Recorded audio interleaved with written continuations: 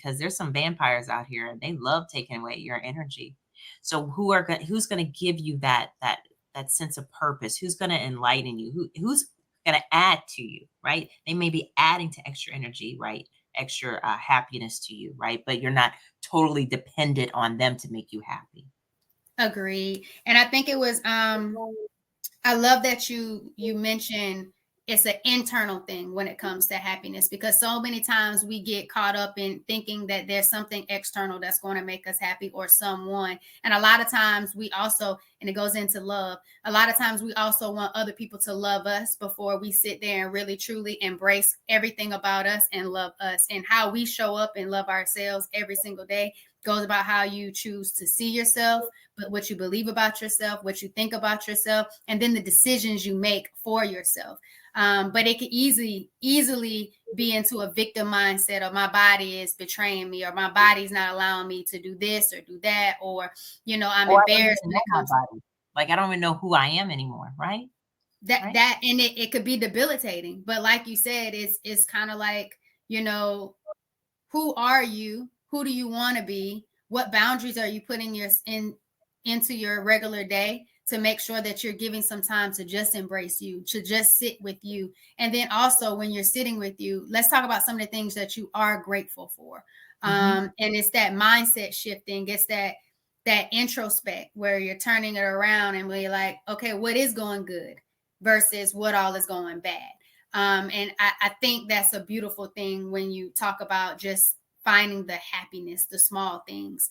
It could just be a simple mindset shift. It can be a gratitude journal. It can be just reflecting on who you are, or it could just be, I love me. And what does that love look like today, but me loving me? Also, I like when you said taking a bath. Like I'm good with a good magnesium bath. A magnesium bath with some essential oils.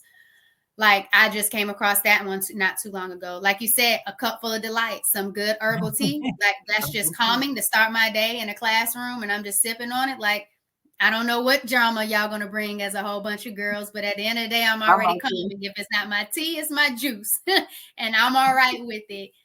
So I love that, and I just think again that goes back to boundary setting, but it also goes into self-love and self-care and how you show up for you every single day, despite what your body is experiencing. So definitely y'all stay light with how you see yourself, and don't forget to give yourself grace. No one is expecting perfection.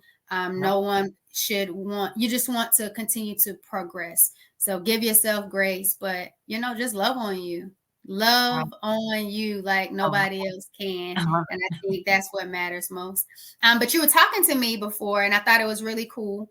But you were telling me about like the birth control and going against your doctor's orders when it came to birth control.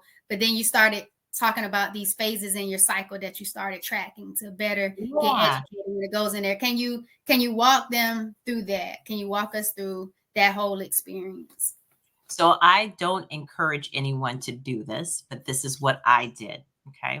So during certain IVF protocols, they'll put you on birth control because they're trying to control your period, because they want to be able to insert the embryo at the right time.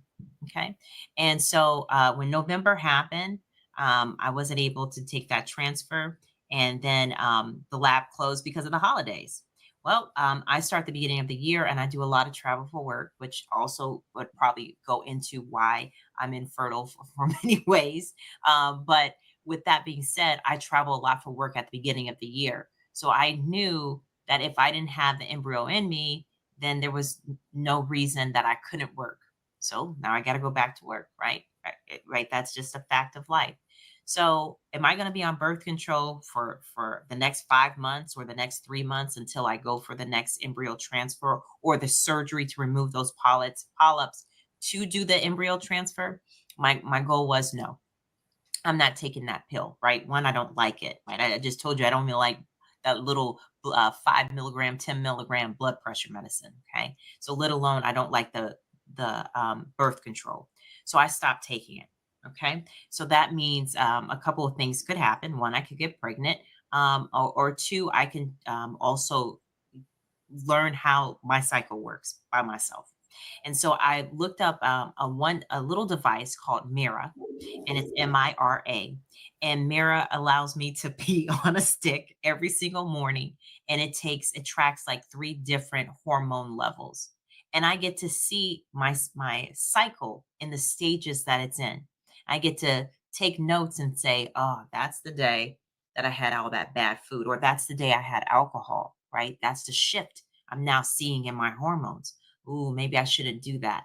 But I love that I'm now able to track it, because before I was doing BBT, and I would take the basal temperature. So I'm taking the temperature every day at the same time, hopefully the same time.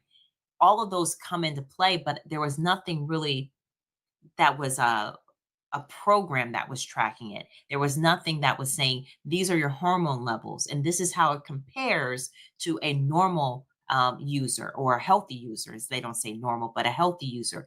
This is how it compares to someone with PCOS. So Mirror does cater to women that have PCOS and other conditions like endometriosis. So that is the shift that I did when I went off of birth control. The doctor doesn't even know I did it. I just did it because there's just no reason for the next 5 months to be miserable on birth control. Nothing's wrong with being on birth control, right? If you decide to do that, that's just what I decided not to do for myself at this time. Agree. I wasn't going through any fertility experiences when it came to birth control. That was just like the first thing that they offered, I guess, to help with like pain for your periods, and I guess like trying to regulate it. And I was like, well, is it going to treat anything? Is it going to cure anything? I was like, no, there is no cure. I was like, okay, well, let's make sure we know exactly what it is. And once we know exactly what it is, let's figure out other ways to do it, because it just didn't align with me for the birth control. And even that was in Jacksonville, where I first was diagnosed and had my excision specialist do my stage 4 endometriosis surgery.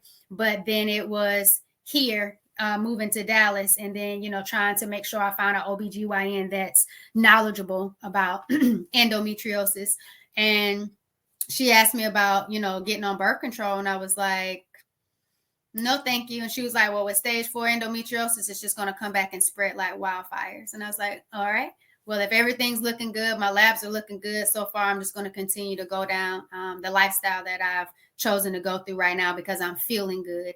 And I'm not feeling like there's any additional reason why I should partake in consuming birth control, because I don't know how my body's going to respond. But I also know taking in something could shift a lot of different things in my body. And I just didn't feel like it was that need. But like you said, birth control could really provide other people with the relief they need and the response they need for their body. So if that's the decision they make, go for it all the way. But like you said, it wasn't for you, and it wasn't an option that I was considering myself either.